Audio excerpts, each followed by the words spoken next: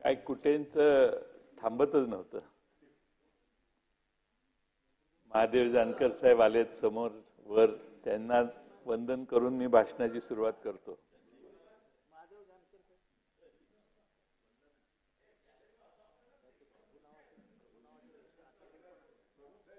Record Jayantrao, एखाद्याचा सन्मान करणं, तुम्ही काय त्यांना निवडून दिलं नाही, निवडून येऊन दिलं नाही, आमच्याकडे होते तर आलेच असते निवडून. जयंतराव विषयावरती या.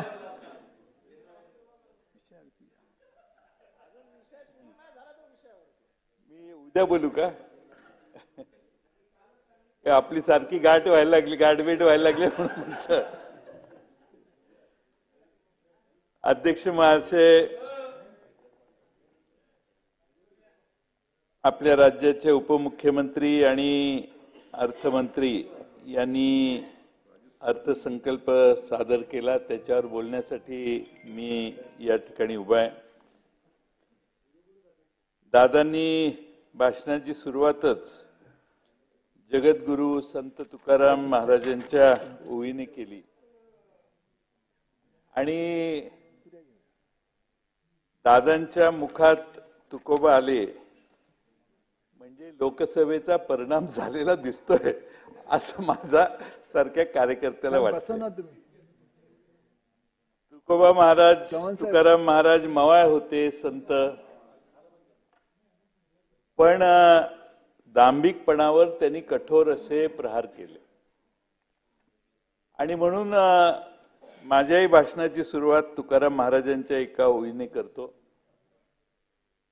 तुकाराम महाराज म्हणतात की घासावा शब्द, तासावा शब्द, तोलावा शब्द बोलण्यापूर्वी, बोलावे मोजके, नेमके खमंग खमके, ठेवावे भान देश काळ पात्राचे, बोलावे बरे, बोलावे खरे, कोणाच्याही मनावर पडू नयेत चरे, कोणाचेही वर्म व्यंग आणि बिंग, जात पात धर्म काढूच नये, जेबेवरी ताबा सर्व सुखदाता, पाणी वाणी नाणी नासू नयेत.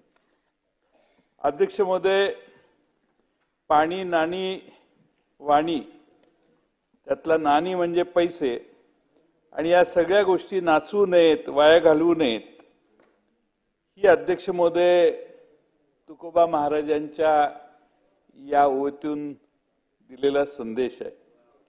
अध्यक्ष महोदय, राज्यात पाणी वाया चाललेलं आहे. वाणीबद्दल तर सध्या काही बोलायलाच नको. मगाशी माननीय मुख्यमंत्र्यांचं भाषण आपण ऐकलेलंच आहे, त्यामुळे वाणीबद्दल मी आणि अलीकडं वाणीबद्दल बोलणं जास्त शहाणपणाचं नाही. पण अध्यक्ष महोदय, या अर्थसंकल्पात नाणी कशी वाया घालवली हे अध्यक्ष महोदय मी आपल्याला यापुढे सांगणार आहे. दादांनी अध्यक्ष महोदय सुरुवातीलाच सांगितलं की निर्मल वारीसाठी 36 कोटी रुपयाचा निधी दिलाय. एका सुप्रसिद्ध गाण्यातलं एक वाक्य आहे, कडवं आहे, तुला साध आली तुझ्या लेकरांची, अलंकापुरी आज भारावली, वसा वारीचा घेतला पावलांनी, आम्हा वाळवंटी तुझी सावली, गळा भेट घेण्या भीमेची निघाली, तुझ्या नामघोषात इंद्रायणी. अध्यक्ष महोदय, वारी म्हणजे काय तर इंद्रायणी आणि भीमा नदीची गळाभेट, इतकं या दोन नद्यांचं वारीमध्ये महत्व आहे. पण आजच्या घडीला इंद्रायणी नदी आणि चंद्रभागा नदी यांची इतकी वाईट अवस्था झालेली आहे की इथल्या पाणी माणसांनी पिणं तर दूरच, पण जनावरांनी पिणं देखील आता अध्यक्ष महोदय मुश्किल झालेलं आहे. आणि त्यामुळं वारीचा जो मूळ आत्मा आहे तो या दोन नद्या आहेत. त्या नद्यांसाठी या अर्थसंकल्पात दादा काही केलेलं नाही. या दोन्ही नद्यांची काळजी घेण्याची गरज आहे आणि तिथं प्रचंड प्रदूषण, पाणी थांबलेलं असल्यामुळं अनेक प्रश्न त्या ठिकाणी असतात. आणि म्हणून अध्यक्ष महोदय, माझी अपेक्षा आहे की आता एवढं सगळं केलंय तर त्या दोन नद्यांच्या स्वच्छतेसाठी एक मोहीम दादा आपण अर्थसंकल्पाच्या उत्तराच्या भाषणात जाहीर केली, तर ही जी आता वारी सध्या चाललेली आहे त्या वारकऱ्यांना देखील एक दिलासा मिळेल. अध्यक्ष महोदय, मी आता अर्थसंकल्पावर येतो.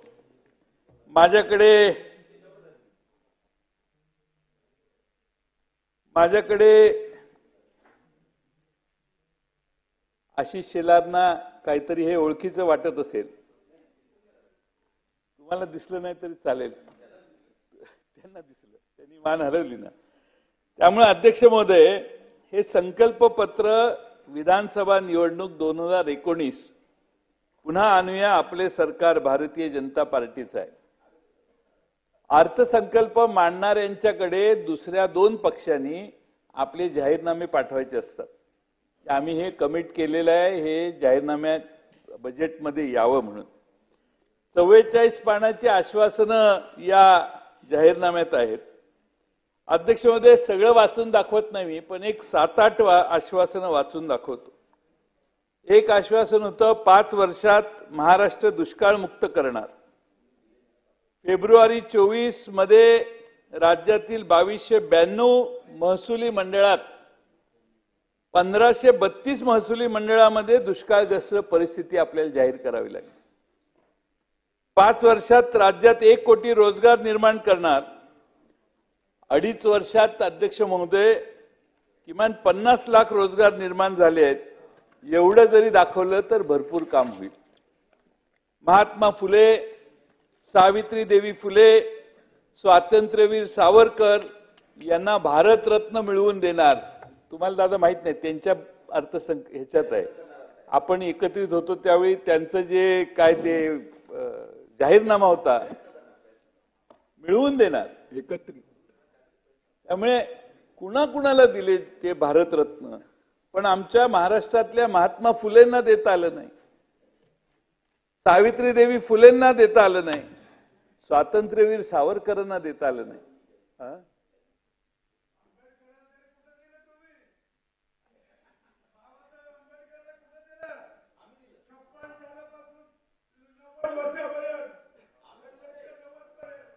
एका ठराविक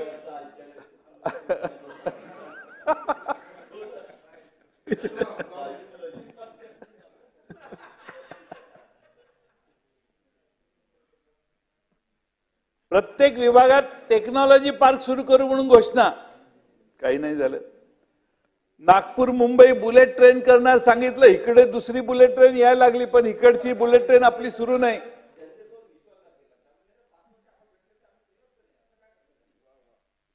हे करत नाही म्हणून तर जनतेनं सांगितलं की हे चेंज करा आणि हे सरकार करा.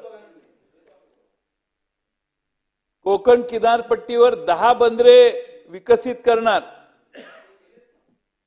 अध्यक्ष महोदय, मला संरक्षण द्या, खाली बसून बोलणार असेल तर मी बसतो. संजय कुटे साहेब, हो कुटे साहेब,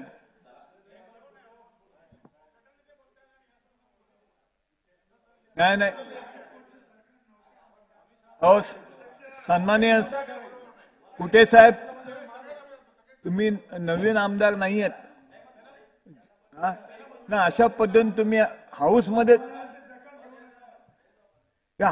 अशा पद्धतीने आपण वागू नका, मेहरबानी करा. जयंतराव आवाड साहेब, हो आवाड साहेब, तुमचे ते जुने दोस्त. एखाद दोनदा टोकणं ठीक आहे, पण प्रत्येक वाक्याला टोकायला लागलं तर कसं होणार. आणि तुमचाच जाहीरनामा वाचतोय,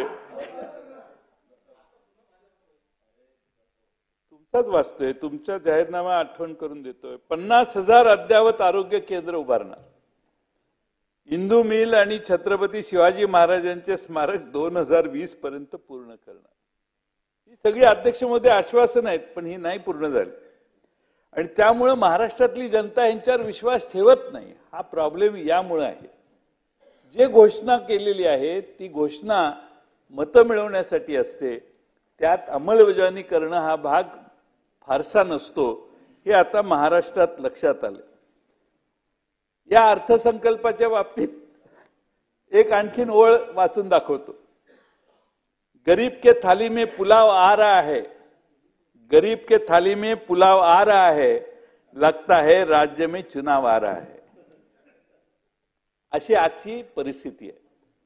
आणि म्हणून अध्यक्ष महोदय, आज महाराष्ट्राची गरज काय आहे,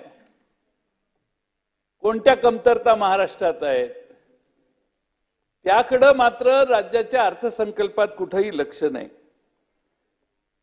दादांनी आमच्या मोदी साहेबांचं बहुमताने सरकार बनवल्याबद्दल अभिनंदन केलेलं आहे भाषणात. काही नाही, आम्हाला काही त्यात तक्रार नाही, चांगलं आहे, ते निवडून आले, त्यांचं अभिनंदन केलं पाहिजे. पण यावेळी झाले काय, ज्या मुलांना दरवेळी 60-70% मार्क पडायचे त्यांना बरोबर पडले 36%, आणि ज्यांना दरवेळी पडायचे 40% त्यांना पडलेत 80%. त्यामुळं अध्यक्ष महोदय,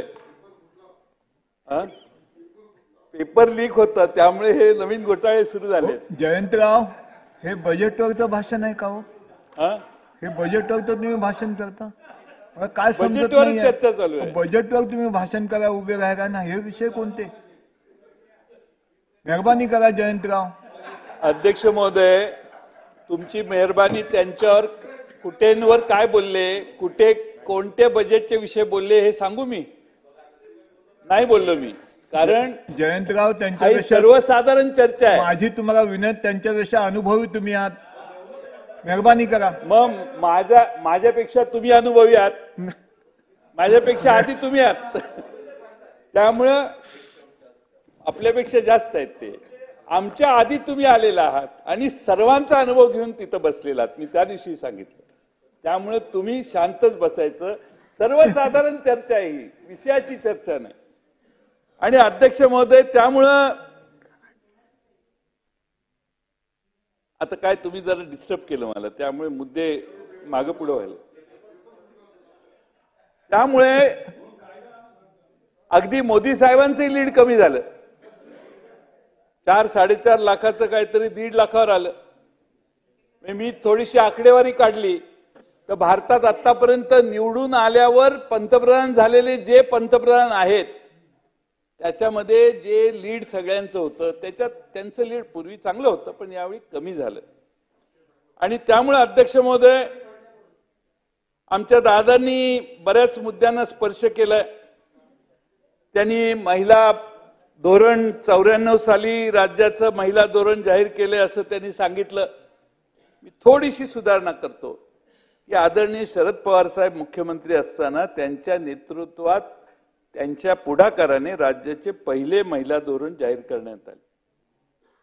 पवार साहेबांनी 50% वाटा महिलांना संपत्तीत द्यायचं, घरावर महिलांचंही नाव असलं पाहिजे, अशा अनेक समाज सुधारणा करण्याचा त्यांच्या कार्यकाळात अतिशय जोरदार प्रयत्न केला.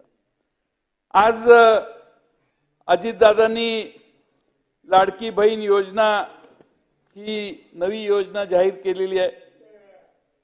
आणि शेवटी त्या योजनेची अंमलबजावणी कशी होणार, काय होणार हे आता अनुभवाने कळेलच. तुम्हीच सांगितलं, गर्दी फार उसळलेली आहे.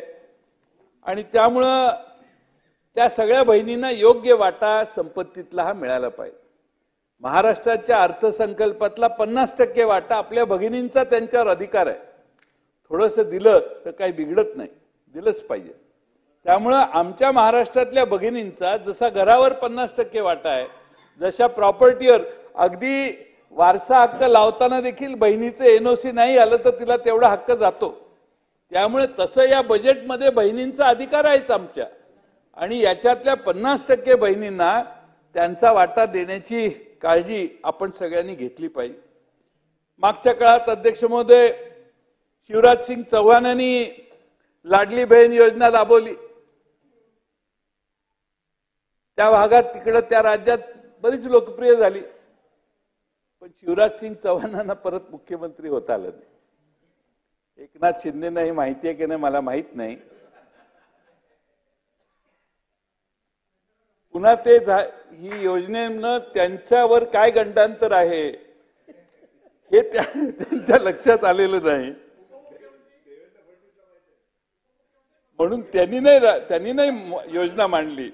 त्यांनी मांडायला लावली दादांना. पण अध्यक्ष महोदय,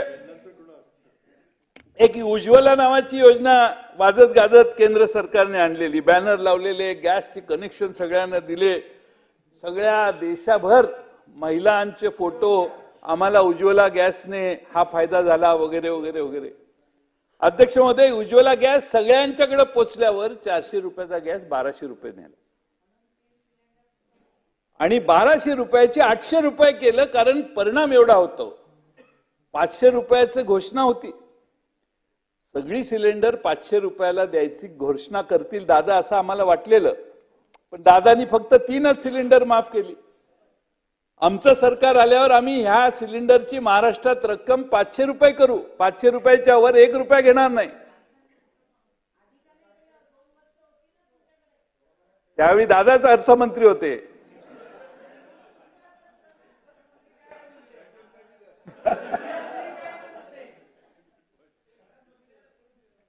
तुम्ही कायच, दादांचं होतं अर्थमंत्री. हो, अर्थमंत्री म्हणजे काय पॉवर असते.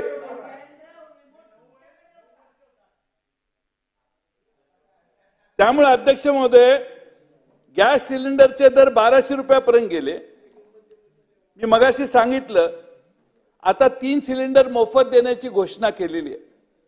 त्याची पण डीबीटी द्वारे अनुदान आपल्या बँक खात्यात ट्रान्सफर करणार असं मी ऐकलं.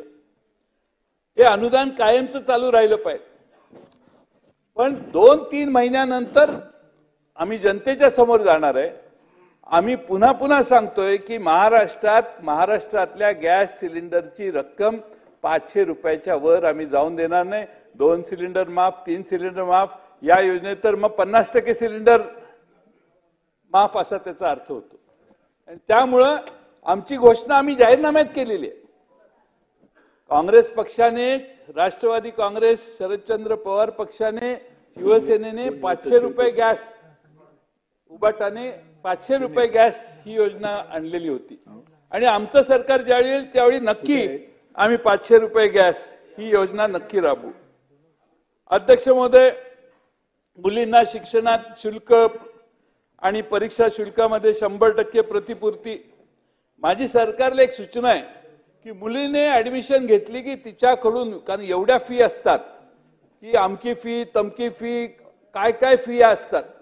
त्यामुळे मुलींना जर मोफत शिक्षण देण्याचं आपलं स्वप्न जर असेल तर कोणतीही फी मुलीने फक्त आपलं नाव, आधार कार्ड सबमिट करावं आणि 1ही रुपया तिच्याकडून घेऊ नये. नाहीतर या खाजगी शिक्षण संस्था एवढ्या वेगळ्या प्रकारच्या फिया मुलींच्याकडून घेतात की त्याचा परिणाम देखील महिलांच्यावर होतो. मागे एक शिक्षणाचा हक्क अधिनियम 6 ते 15 वयोगटातील विद्यार्थ्यांना शिक्षण मोफत देण्याची तरतूद होती. त्यामध्ये गरीब मुलांना 25% आरक्षण आहे. त्यांची फी देण्याची व्यवस्था आपण सरकार करणार आहे. पण दादा, गेली अनेक वर्ष ती फी दिलेली नाही, थकलेली आहे. ज्या इंजिनिअरिंग कॉलेजला आपण योजना आणली आणि सबसिडाइज म्हणजे 50% काही सेक्शनना आपण सबसिडी दिली, काहींना 100% अनुदान, 100% फी माफ केली, त्यांचे देखील इंजिनिअरिंग कॉलेजचे, मेडिकल कॉलेजचे पैसे अजून सरकार देणं आहे. आपण एक आढावा छोटासा घ्या आणि आपल्या लक्षात येईल की असे कोट्यावधी रुपये हे दिले जात नाहीत आणि त्यामुळे इंजिनिअरिंग कॉलेज बंद पडतात. सिंहगड इन्स्टिट्यूट जे आहे पुण्याला, त्याच्या बाकीचे काही इश्यू आहेत माहीत नाही, पण राज्य सरकारकडून येणं त्यांचं शेकडो कोटीचं आहे. राज्य सरकारने ते दिलं नाही म्हणून ती इन्स्टिट्यूट डबघाईला आली. ही आजची परिस्थिती आहे. डबघाईला म्हणणं योग्य नाही, पण आज संकटात आहे आर्थिकदृष्ट्या. अध्यक्ष महोदय, खरं म्हणजे महिलांच्या बद्दल आपल्याला जास्त प्रेम, आदर निर्माण झालेला दिसतोय. मंत्रिमंडळात आमच्या आदिती तटकरे शिवाय एकही मंत्रिमंडळात महिला नाही. 28 जणांचं मंत्रिमंडळ आहे आणि आमच्या त्या दोघी भगिनी तिथं बसलेल्या आहेत. आमच्या महिलांनी खरं म्हणजे सीमाताई हिरे आहेत, माधुरी मिसाळ आहेत, देवयानी फरांदे आहेत. त्या तिघी आज नाहीच आहेत कारण हे काय यांचं लक्षच नाही त्यांच्याकडे, त्यामुळे त्या बसायचंही बंद झालं.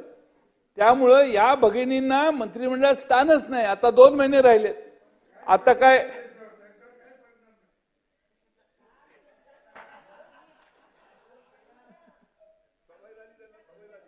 त्यांनी नादच सोडून दिलाय की आता मागायलाही मंत्रिमंडळात. तुमचं नाना कसं आहे तसंच त्यांचं झालेलं आहे.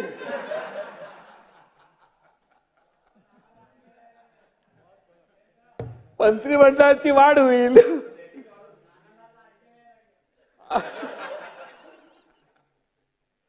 मंत्रिमंडळाची वाढ होईल म्हणून या ठिकाणी आता कुणाची अपेक्षा नाही राहिली. लोकांनी नाद सोडलेला आहे. आता 2 महिने आहेत. कुणाला तरी तुला माजी मंत्री म्हणून म्हणायचंय तर तुला घेतो, याच्या पलीकडं आता मंत्रिमंडळात जाण्याची कुणाची इच्छा राहिलेली नाही. आणि त्यामुळे अध्यक्ष महोदय, निष्ठावंत महिला आमदार जे आहेत त्यांनाही संधी देण्याची आवश्यकता होती. खरं म्हणजे आपण महिलांना मदत करताय, पण अध्यक्ष महोदय महाराष्ट्रात महिलांच्या वर मागच्या एका वर्षात आशिष शेलार साहेब 47,381 गुन्हे नोंदवलेले आहेत महिलांच्या विरोधात, महिलांच्यावरच्या अत्याचाराचे. हे गंभीर गुन्हे, अनेक ह्याच्यातले गंभीर गुन्हे आहेत, पण एका वर्षात 47,381 गुन्हे महाराष्ट्रात नोंदवले आहेत महिलांच्यावरच्या अत्याचारांचे. म्हणजे महाराष्ट्रात महिला असुरक्षित आहेत याची चिंतन आपण सगळ्यांनी अध्यक्ष महोदय केलं पाहिजे.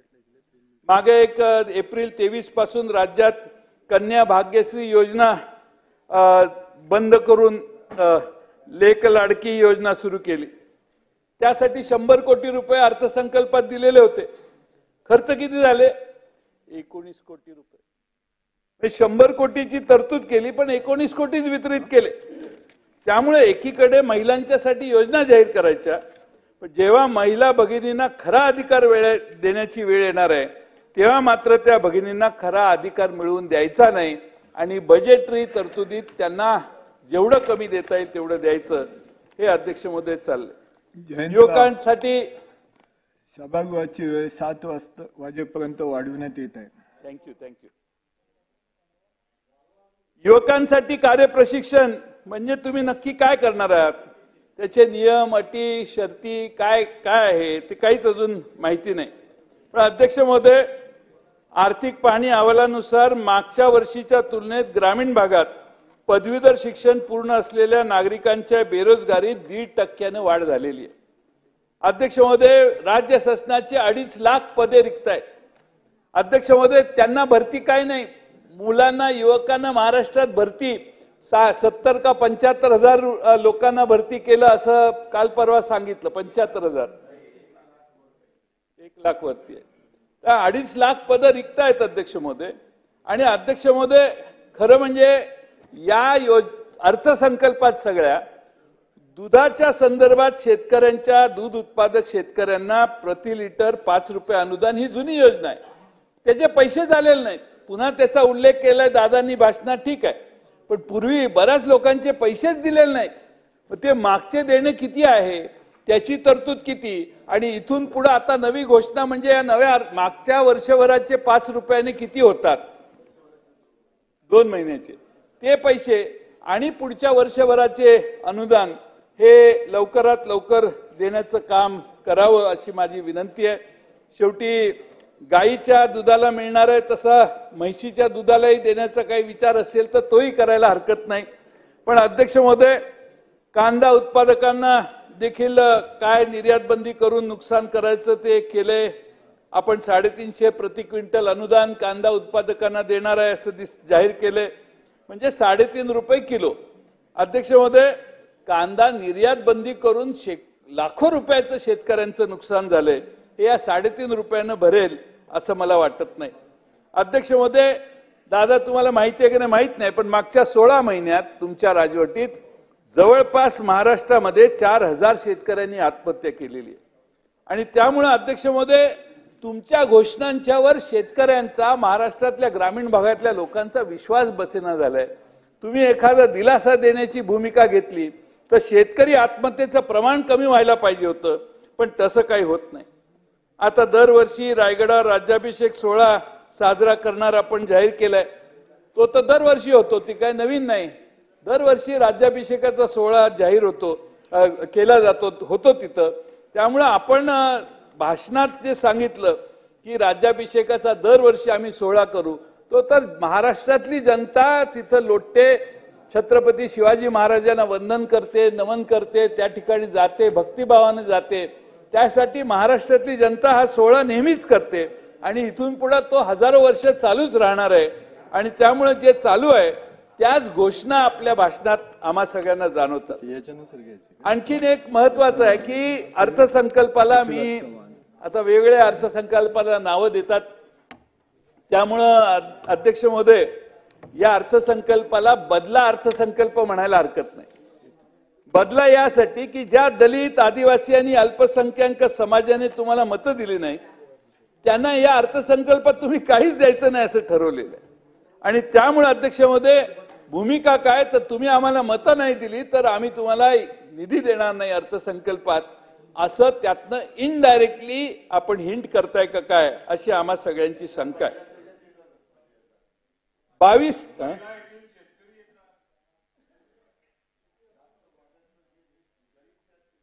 22-23 मध्ये आदिवासी विकास विभागात तुम्ही जेवढा खर्च करायला पाहिजे होता, सामाजिक न्याय विभागात जेवढा खर्च करायला पाहिजे होता त्याच्यापेक्षा 14-14.5% कपात आदिवासी विभागात आणि 10.5% विषय सामाजिक न्याय विभागात कपात झाली आहे, खर्च कमी केलेला आहे. त्यामुळं दादा ह्या महाराष्ट्रात आजपर्यंत मला आठवतं की अर्थसंकल्पात पूर्वी प्लॅन नॉन प्लॅन असायचं. प्लॅन मध्ये 11% आणि 9% हे पैसे दिल्याशिवाय सभागृहात अंगावर यायची लोक. त्यामुळं ती प्रोव्हिजन कधी डायल्यूट कधी करण्यात आलेली नाही. पण अध्यक्ष महोदय आज हे सरकार आदिवासी विभागातले पैसे कमी करतंय, सामाजिक न्याय विभागाचे पैसे कमी करतंय आणि त्यामुळं त्यांच्यावर राग काढू नका अशी आमची तुम्हाला विनंती आहे. आणि त्यामुळं माझी आपल्या सगळ्यांना एवढीच विनंती आहे की आपण शेवटी सर्व धर्म सर्व समाज यांना बरोबर घेऊन जात असतो. अलीकडच्या काळामध्ये खरं म्हणजे आपण आपल्या सर्वसाधारण अर्थसंकल्पामध्ये या मुंबईसाठी काही विशेष घोषणा नाही, पुण्यासाठी काही घोषणा नाही, नाशिकसाठी काही घोषणा नाही, औरंगाबादसाठी घोषणा नाही, संभाजीनगरासाठी घोषणा नाही, नागपूरसाठी घोषणा नाही, मुख्यमंत्र्यांच्या स्वतःच्या ठाणे शहरासाठी पण नाही. म्हणजे या अर्थसंकल्पात नक्की नेमकं महाराष्ट्राच्या विकासासाठी हे सगळे मुद्दे जे आहेत ते दुर्लक्षित करण्यात आले. देवेंद्रजींनी मागचा अर्थसंकल्प सादर केला होता त्यावेळी अध्यक्ष महोदय अमृत काळातील अर्थसंकल्प आहे असं ते म्हटले. अध्यक्ष महोदय 2023 साली त्यांनी ते जाहीर केलं. आता या अमृत काळाचं नक्की काय झालं हे आज दादांच्या अर्थसंकल्पात कळायला पाहिजे होतं. अध्यक्ष महोदय या परामर्श काहीतरी उल्लेख थोडा तरी पाहिजे होता. आणि अध्यक्ष महोदय देवेंद्रजींनी पंचामृत सुद्धा याच अर्थसंकल्पात दिलेलं होतं. त्या पंचामृताचं काय झालं त्याचा थोडा बहुत तरी उल्लेख पाहायला पाहिजे होता. कारण शेवटी आपण मागच्या वर्षी काय म्हटलो ते पुढच्या वर्षी विसरून नवा अर्थसंकल्प मांडणं हे तसं इनडायरेक्टली म्हणजे थोडं जास्त म्हणतोय पण अनैतिक आहे. मागं हे केलं, आता त्याचा हा रिझल्ट आला आणि आता आम्ही पुढे हे करणार आहे. ही कंटिन्युटी मला मागच्या आणि या अर्थसंकल्पात अध्यक्ष महोदय दिसत नाही. देवेंद्रजी 2013 साली आमदार होते त्यावेळी त्यांनी सांगितलेलं की दरवर्षी मागील बजेटमध्ये घोषणांचं काय झालं याचा अभ्यास करावा, त्याची एक स्वतंत्र पुस्तिका काढावी. तशीच पुस्तिका आताही आपण काढावी अशी दादा माझी आपल्याला सूचना आहे. म्हणजे अमृतकाळ पंचामृत याच्यावर जास्त लाईट पडेल, प्रकाश फेकला जाईल. आणि अध्यक्ष महोदय एकंदरीतच मगाशी काहीतरी उद्योगाबद्दल श्वेतपत्रिका म्हटली तसं मला असं वाटतं की महाराष्ट्राची आर्थिक परिस्थिती काय आहे, आपण काय बोजा घेतोय, किती कर्ज आहे, कर्ज 7 लाख काहीतरी असेल, तर त्या सगळ्याचे एक छोटीशी श्वेतपत्रिका काढायला वेळ मिळाला. आता वेळ कमी आहे, पण अधिवेशन झाल्यानंतर श्वेतपत्रिका काढा आणि श्वेतपत्रिका काढून महाराष्ट्राला त्याची माहिती द्या, अशी आमची विनंती आहे. आता मागच्या वर्षी मोदी आवास योजनेचा प्रारंभ केला राज्य सरकारने. तुम्ही 3 लाख घरकुल देणार अशी घोषणा केली.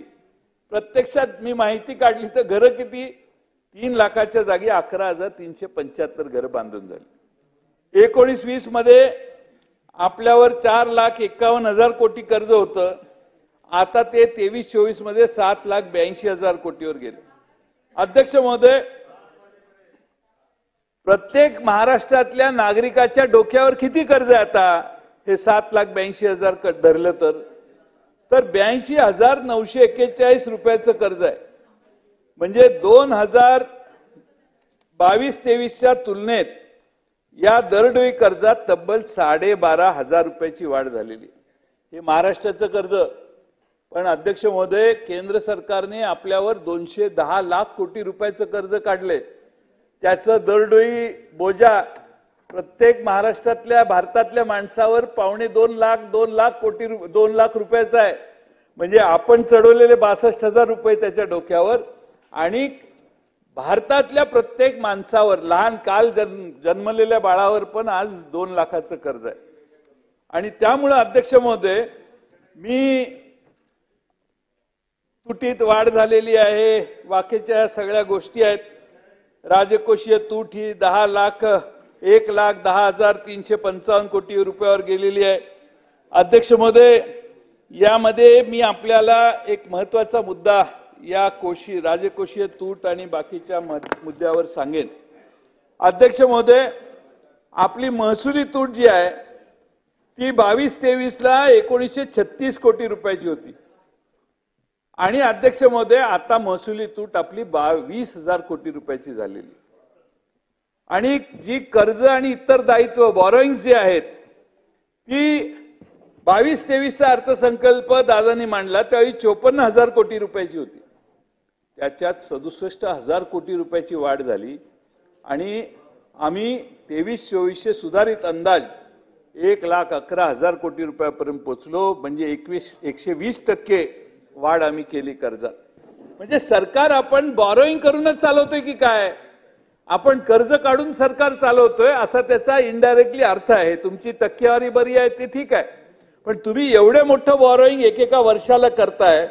म्हणजे कर्ज आणि इतर दायित्व 23-24चा सुधारित अंदाज 1,11,000 कोटी, आणि या वर्षी 95,000 कोटी होता तो 1,11,000 कोटी झाला.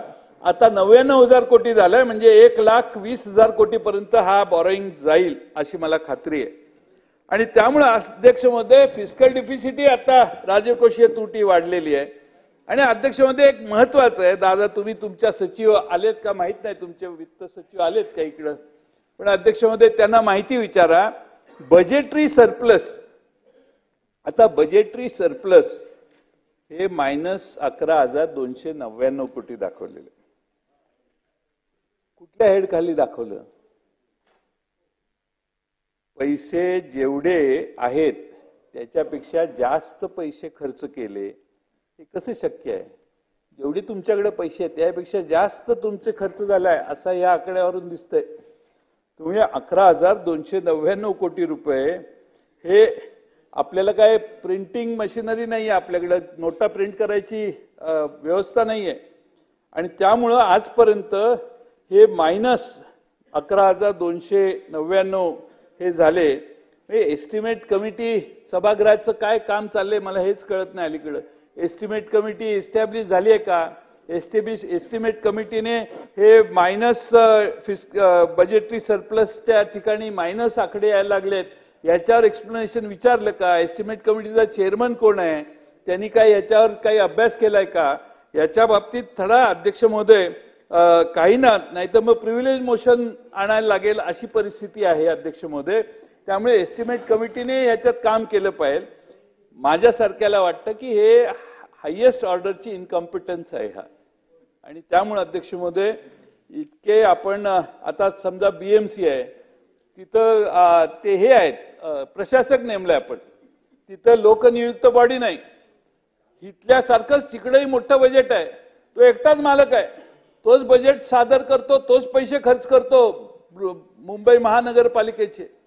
जोपर्यंत मुंबई महानगरपालिकेत बॉडी नेमत नाही, इलेक्शन घेत नाही आपण, तोपर्यंत सभागृहात इथं आपण लोकनियुक्त आहोत, इथं तरी मांडा. अकाउंटेबिलिटीच नाही आहे सिस्टीमला आपल्या. त्यानंच त्या आयुक्ताने काही हजार कोटी रुपयाचा बजेट मांडायचं आणि त्यांनीच खर्च करत बसायचं. आणि मग नगरविकास खातं ज्याच्याकडे असेल त्याच्या फोनवर बाकीच्या सगळ्या इन्स्ट्रक्शन तिथं करायच्या.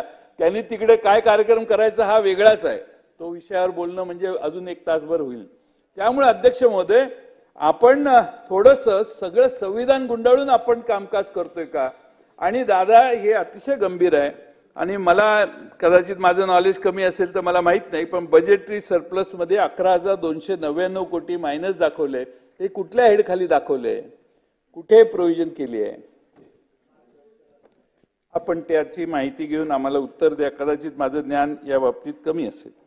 पण अध्यक्ष महोदय, आपण अत्यंत काही वेळा हे आकडे जर बघितले आणि जी खैरात चालू आहे ती, मी आता मध्ये काहीतरी बजेट मांडल्यावर बाहेर जाऊन प्रसार माध्यमांना सांगितलं की फटणे लगी चद्दर बाटणे लगी खैरात. त्याचं इतकं मनाला लागलं की मुख्यमंत्री तेच घेऊन बसले. उद्देश असा होता की या महाराष्ट्रात आपल्याला जनाधार कमी झाल्यावर आपण पाहिजे तशी आश्वासनं आता लोकांना देत सुटलोय. आणि राहिली किती तर 2 महिने, नंतर आचारसंहिताच आहे.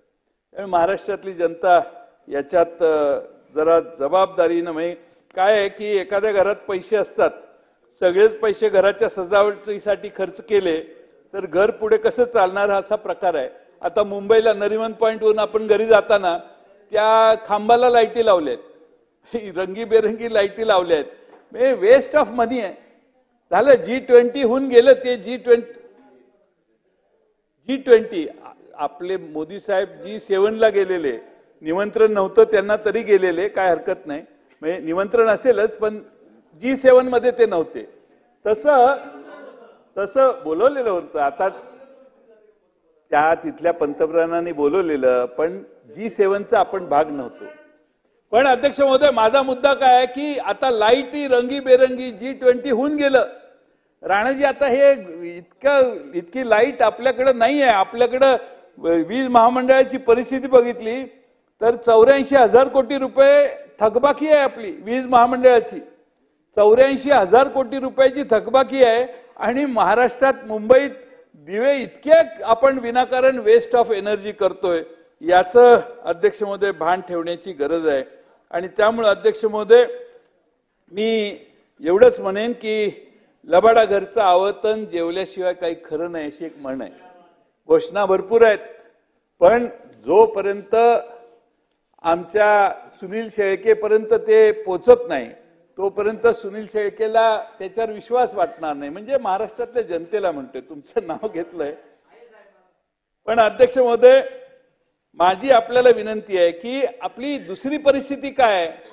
11 जिल्ह्याचं दरडोई उत्पन्न देशाच्या दरडोई उत्पन्नापेक्षा कमी आहे महाराष्ट्रातल्या. पर कॅपिटा एक्सपेंडिचर हे अध्यक्ष महोदय राजस्थानपेक्षाही कमी झालेलं आहे ग्रामीण भागातलं. हे मी नाही सांगत, मोदी साहेबांच्या भारत सरकारचे आकडे आहेत.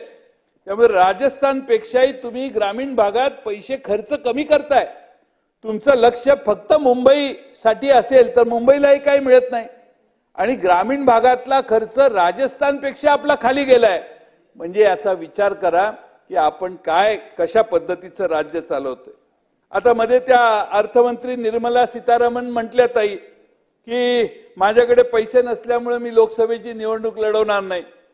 आता अर्थमंत्र्यांकडेच जर पैसे नसतील तर सामान्य नागरिकांच्याकडे इतक्या महागाईत पैसे कुठून? अर्थमंत्र्यांनी खरं म्हणजे निवडणूक लढवली नाही. मला हे कळलं नाही खरं म्हणजे त्यांनी जर एकनाथ शिंदे साहेबांच्या पक्षाकडे उमेदवारी मागितली असती तर पैसे नाहीत हा विषय त्यांच्यासाठी गौण झाला असता. ते आपोआप काळजी घेण्यात आली असती. त्यामुळे त्यांनी निर्मला सीतारामनना आता नंतर कळायला लागलं की कसं पैशाचा महापूर महाराष्ट्रात आला आणि त्यामुळे त्या आता म्हणायला लागलेल्या आहेत की अरे मैं एकनाथ शिंदे अच्छा था, वो तो बहुत मजबूती से पीछे हमारे सपोर्ट में रहते थे. तर त्यामुळे आता आज इतका प्रचंड पैशाचा पूर महाराष्ट्रात लोकसभेच्या निवडणुकीत आपण सगळ्यांनी बघितलाय. अध्यक्ष महोदय, आर्थिक विकासाचा दर कमी झाला, त्याच्यात वेळ घालवून मी तुमचा वेळ घेत नाही, पण आपण पर कॅपिटा इन्कम जी 6व्या स्थानावर आलोय असं ते झालं. अध्यक्ष महोदय, वस्तुस्थिती काय आहे? वस्तुस्थिती ही आहे की आपण गुजरातच्या नेहमी वर असायचो. देवेंद्र फडणवीस साहेब जेव्हा मुख्यमंत्री झाले त्याच्या दुसऱ्या 1 वर्ष मध्ये गेलं आणि तिसऱ्या वर्षी गुजरात आपल्या राज्याच्या पुढे गेले. हे मी नाही सांगत, केंद्र सरकारची आकडेवारी सांगते. आणि त्यामुळे अध्यक्ष महोदय, या वर्षी तर पहिल्या 8 मागच्या वर्षी गुजरात नव्हतं, आपण 6व्यावरच होतो. पण या वर्षी काय झालं तर गुजरात एकदम 8च्या मागनं येऊन 5व्या स्थानावर आलं. त्यामुळे अध्यक्ष महोदय, गुजरात इतक्या वेगानं पुढे जायला लागलेलं आहे. आणि त्यांची आणि आपली जी दरडोई पर कॅपिटा इन्कमची तुलना आहे ही जर बघितली तर अध्यक्ष महोदय, गुजरात 1916-17 सालापर्यंत आपण त्यांच्या पुढे होतो. पण त्यानंतर जी पिछेहाट महाराष्ट्राची झाली ती खरी आमची सगळ्यांची खर्च आहे. आणि या 10 वर्षात 7.5 वर्ष डबल इंजिनचं हे सरकार महाराष्ट्रात आहे.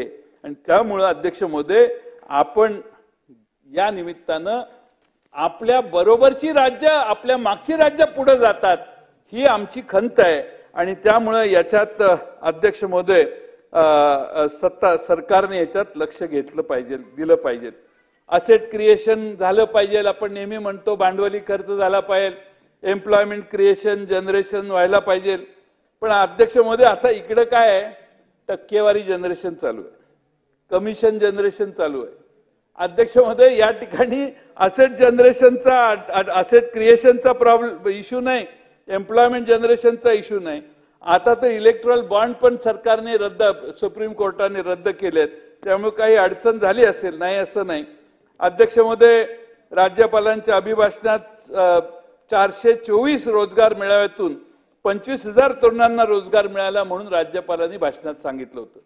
अध्यक्ष महोदय, सरासरी काढली तर या एका मेळाव्यातून 59 तरुणांना रोजगार मिळाला. आणि मेळाव्याला खर्च किती? 6 ते 7 कोटी रुपये. एक अजून उपक्रम आहे, शासन आपल्या दारी. किती दादा पैशाची उधळण. तुमचा स्वभाव नाही असे वायफळ खर्च होऊन द्यायचा, पण आता काय तुमचं काही चालत नाही, हा प्रॉब्लेम आहे. ह्या दोघांच्या पुढे आपल्याला काही बोलता येत नाही. त्यामुळे इतकी पैशाची उधळपट्टी, 7-7, 8-8 कोटी.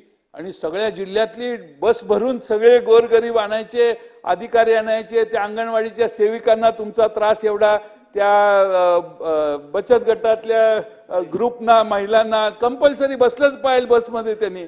आणि सगळे गोळा करायचे आणि जिल्ह्यातल्या एका ठिकाणी बोलवायचे. 7-8 कोटी रुपये खर्च.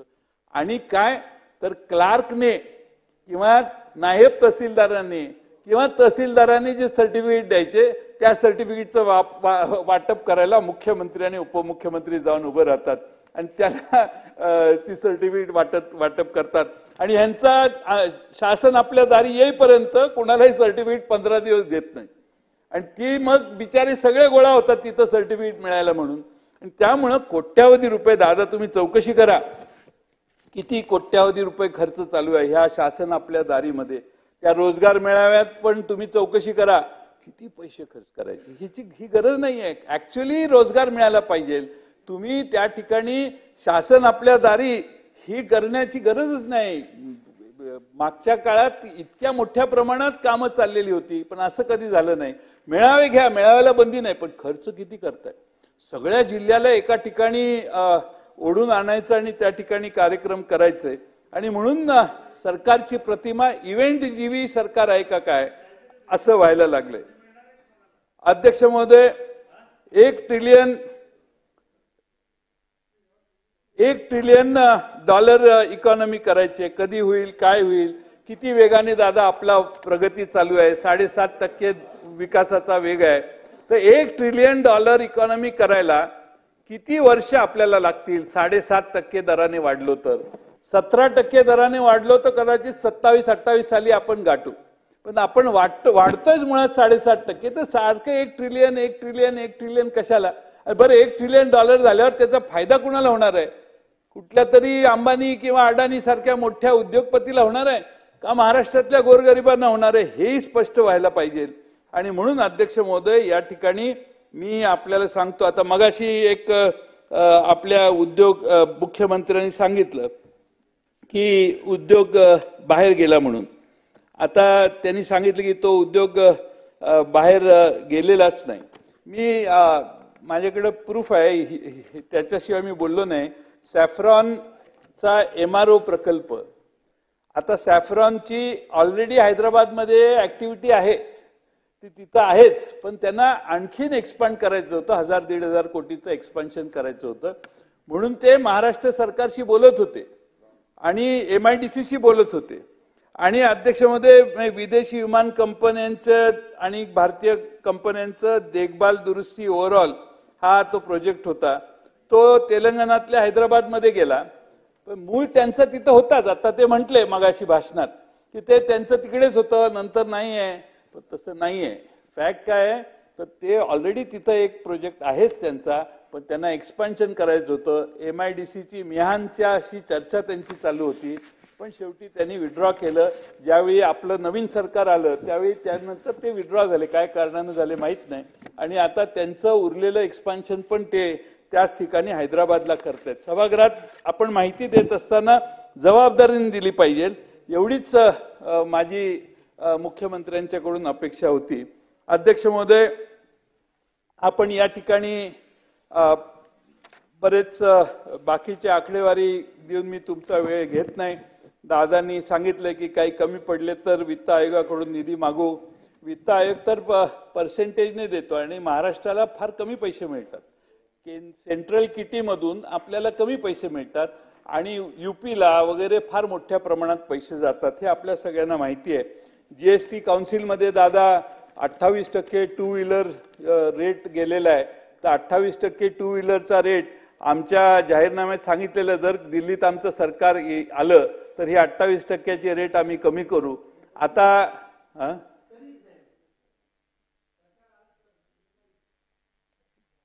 नाही तर नाही, तुम्ही करा. पण तुम्ही भातखळकर साहेब, तुमच्याबद्दल मी का मुद्दामून अलीकडे बोलत नाही तर मला माझ्या मनात दुःख होतंय की माझा एक जुना मित्र, निष्ठेचा मित्र, प्रामाणिकपणाने तिकडे राहिलेला, पण त्याला न्याय ह्यांनी दिला नाही. आणि त्यामुळं अन्याय किती. आणि हे नवीन पाहुणे येऊन बसल्यामुळे तर तुम्हाला काय बाबा, म्हणजे ते बघा मागे कसे हसतात गालातल्या गालात.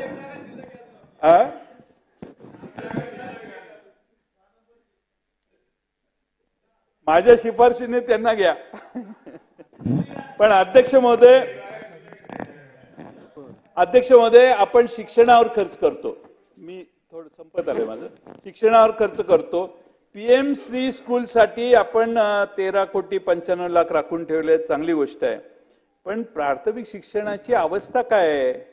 ड्रॉपआउटचा रेट आता पूर्वी 1.5% होता, आता तो 5.6% गेलाय ड्रॉपआउटचा रेट.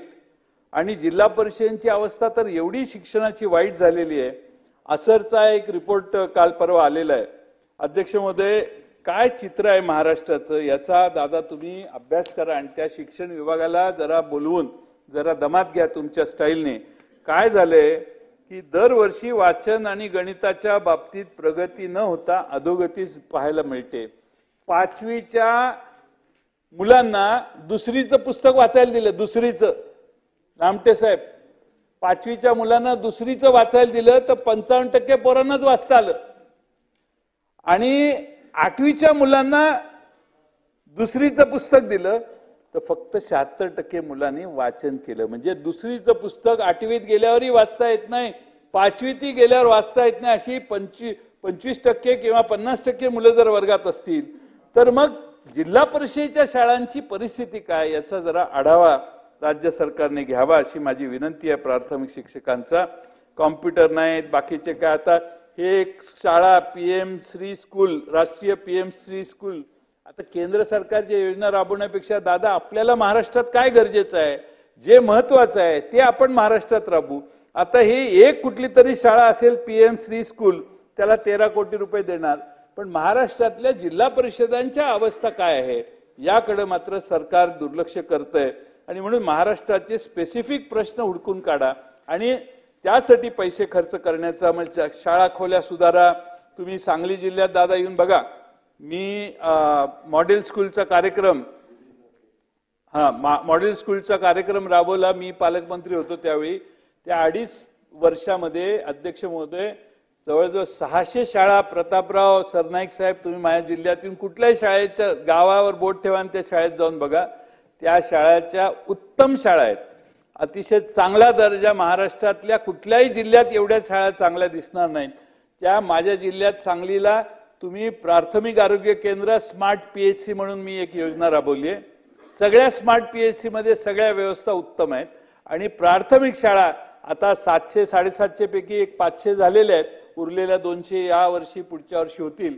पण महाराष्ट्रात तुम्ही दादा लक्ष घालून एकदा तुम्ही याच माझ्या मतदारसंघात, आणि तुम्हाला एक 2-3 शाळा माझ्या मतदारसंघात जतला जाऊन बघा, तुम्ही कुठेही जाऊन बघा, पण शाळा एवढ्या उत्तम आहेत आणि आपलं लक्ष शाळांवर असलं पाहिजे. तुम्ही आदेश द्या प्रत्येक जिल्ह्याच्या पालकमंत्र्यांना की जिल्ह्यातल्या नियोजन मंडळातून महाराष्ट्रातल्या सगळ्या प्राथमिक शाळांच्या दुरुस्त्या करा. 1940 आणि 50 आणि 60 साली बांधलेल्या खोल्या, 70 साली बांधलेल्या खोल्या आता निकृष्ट आहेत, फरशा खराब आहेत. या सगळ्या सुधारणा करण्यासाठी राज्यव्यापी काही योजना घेण्याची दादा अत्यंत आवश्यकता आहे, अशी माझी आपणाला विनंती आहे.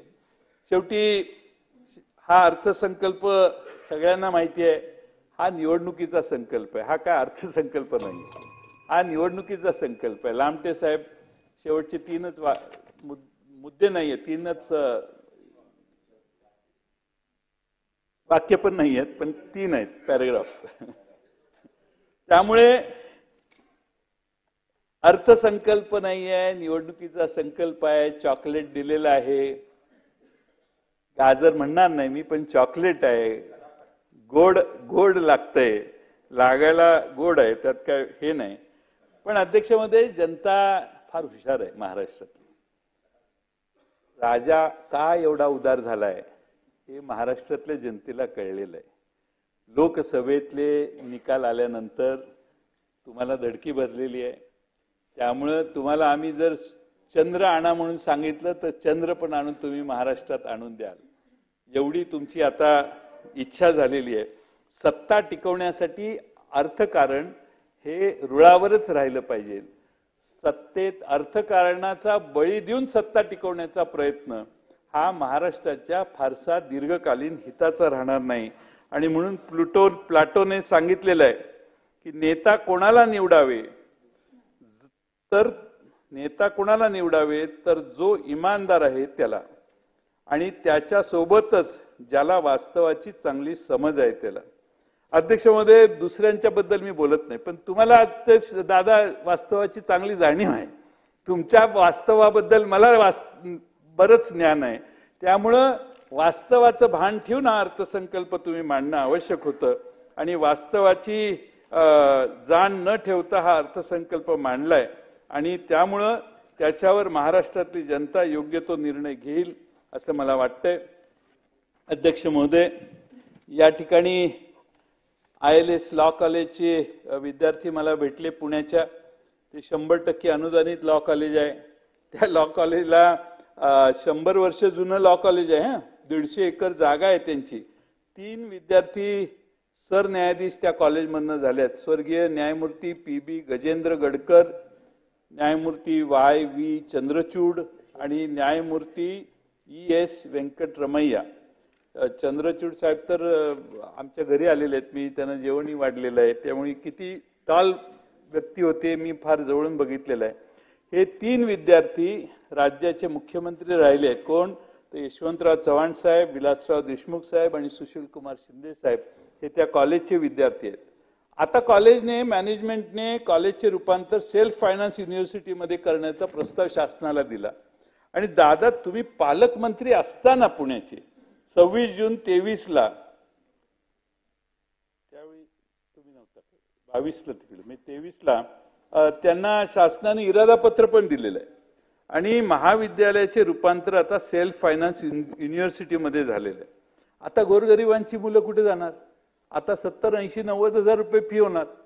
गोरगरिबांना ती ग्रांटेबल असणारं कॉलेज आपण तिकडं रूपांतरित केलं, त्यामुळे विधीचं शिक्षण मिळतं स्वस्तात, ते आता महाग होणार आणि आरक्षण देखील त्या कॉलेजमधली आता संपुष्टात येणार. त्यामुळे सदर महाविद्यालयाचं रूपांतर स्वयं अर्थसहाय्यित विद्यापीठात करण्यात येऊ नये यासंबंधी मुंबई उच्च न्यायालयात देखील संस्था चालकांमार्फत याचिका दाखल करण्यात आलेली आहे. माझी शासनाला विनंती आहे की त्या केसमध्ये शासनाच्या महाअधिवक्त्यांनी शासनाची बाजू मांडण्यास सांगावं आणि ह्या ऐतिहासिक महाविद्यालयाचे स्वयं अर्थसहाय्यित विद्यापीठ होण्यापासून थांबवावं. आणि त्यामुळं आपण अध्यक्ष महोदय सेल्फ फायनान्स युनिव्हर्सिटीमध्येही हा जरा दुरुस्त्या कराव्यात, असे जे अडथळे आहेत ते एवढी विनंती करतो. विंदा करंदीकरांचं एक कविता आहे ती आपल्या सर्वांच्या समोर सादर करतो.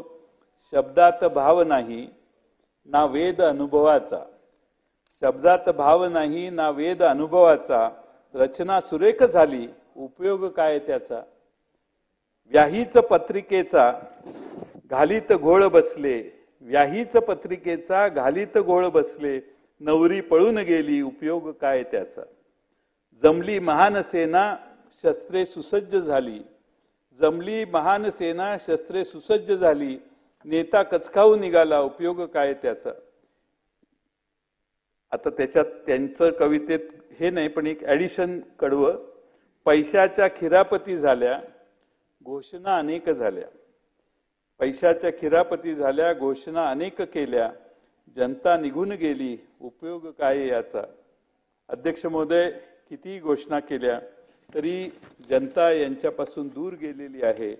आणि शेवटी आरक्षणाच्या संदर्भात मुख्यमंत्री बोललेले होते.